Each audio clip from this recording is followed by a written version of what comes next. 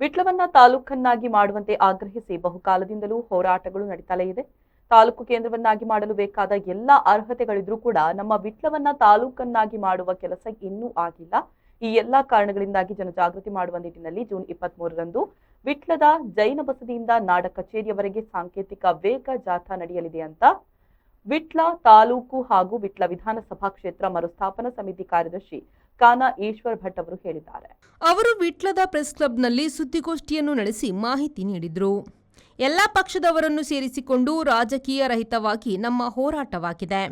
ಈಗಾಗಲೇ ಪುತ್ತೂರು ವಿಧಾನಸಭಾ ಕ್ಷೇತ್ರದ ಶಾಸಕರಾದ ಅಶೋಕ್ ಕುಮಾರ್ ರೈ ಅವರಿಗೆ ಮನವಿ ಮಾಡಿದ್ದೇವೆ. ಅವರು ಸಾಧಕ ಬಾಧಕಗಳನ್ನು ನೋಡಿಕೊಂಡು ಮಾಡುವುದಾಗಿ ಭರವಸೆ ನೀಡಿದ್ದಾರೆ ಎಂದು ಹೇಳಿದರು. ವಿಟ್ಲ ತಾಲೂಕು ಹಾಗೂ ವಿಟ್ಲ ವಿಧಾನಸಭಾ ಕ್ಷೇತ್ರ ಮರುಸ್ಥಾಪನಾ ಸಮಿತಿ ಪ್ರಧಾನ ಕಾರ್ಯದರ್ಶಿ ರಮಾನಾಥ ವಿಟ್ಲ ಅವರು ಮಾತನಾಡಿ, ವಿಟ್ಲವನ್ನು ತಾಲೂಕು ಮಾಡುವುದು ಹಲವರ ಕನಸಾಗಿದೆ. ಅದೇ ರೀತಿ ವಿಟ್ಲ ವಿಧಾನಸಭಾ ಕ್ಷೇತ್ರವನ್ನು ಮರಳಿ ಪಡೆಯುವ ಪ್ರಯತ್ನ ನಡೆಸಲಾಗುವುದು. ಇದಕ್ಕೆ ಈ ಭಾಗದ ಎಲ್ಲರ ಸಹಕಾರ ಅಗತ್ಯವಿದೆ ಎಂದರು. ತಾಲೂಕು ರಚನೆ ಬಗ್ಗೆ 73ರಲ್ಲಿ ಶ್ರೀ ವಾಸುದೇವರಾವ್ ಸಮಿತಿಯೊಂದು ನನಗೆ ವಿಟ್ಲ ತಾಲೂಕು ರಚನೆ ಅಗತ್ಯ ಕುರಿತು ವರದಿಯನ್ನು ನೀಡಲಾಗಿತ್ತು. ಆಮೇಲೆ 2013ರಲ್ಲಿ ಕೂಡ ಮಾಣಿಲ ಗ್ರಾಮದ ಪೂರ್ವ ಮಹಾಬಲ ಭಟ್ರ ನೇತೃತ್ವದಲ್ಲಿ ಕೂಡ ಒಂದು ಹೋರಾಟ ಸಮಿತಿ ಮಾಡಿತ್ತು. ಆದರೆ ಇವರಿಗೆ ಅದರ ಫಲಿತಾಂಶ ಏನು ನನಗೆ ಸಕಾರಣವಾಗಿ ಸಿಕ್ಕಿಲ್ಲ.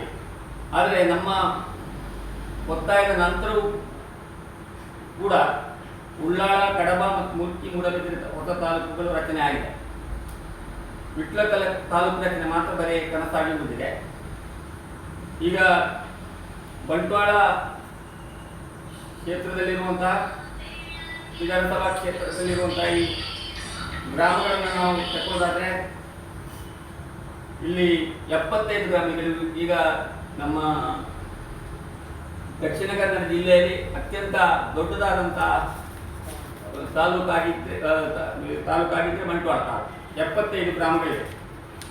75 ಗ್ರಾಮಗಳಲ್ಲಿ ಈಗಾಗಲೇ ನಾವು ವಿಟ್ಲ ಪಂಚಾಯತನ್ನು ವಿಟ್ಲ ತಾಲೂಕನ್ನು ಪ್ರತ್ಯೇಕಿಸಿದ್ರು ಕೂಡ 24 ತಾಲೂಕುಗಳನ್ನು ನಾವು 29 ತಾಲೂಕು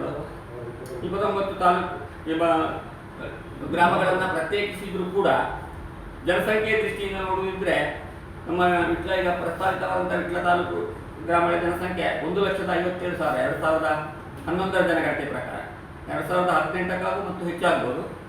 ಸುದ್ದಿಗೋಷ್ಠಿಯಲ್ಲಿ ವಿಟ್ಲ ತಾಲೂಕು ಹಾಗೂ ವಿಟ್ಲ ವಿಧಾನಸಭಾ ಕ್ಷೇತ್ರ ಮರುಸ್ಥಾಪನಾ ಸಮಿತಿ ಅಧ್ಯಕ್ಷರಾದ ಬಿಕೆ ಬಶೀರ್, ಉಪಾಧ್ಯಕ್ಷರಾದ ಹಸೈನಾರ್, ಸಂಚಾಲಕರಾದ ರಾಮಣ್ಣ ಶೆಟ್ಟಿ ಉಪಸ್ಥಿತರಿದ್ದರು. ಮಹಮ್ಮದ್ ಅಲಿ, ವಿ4 ನ್ಯೂಸ್, ವಿಟ್ಲ.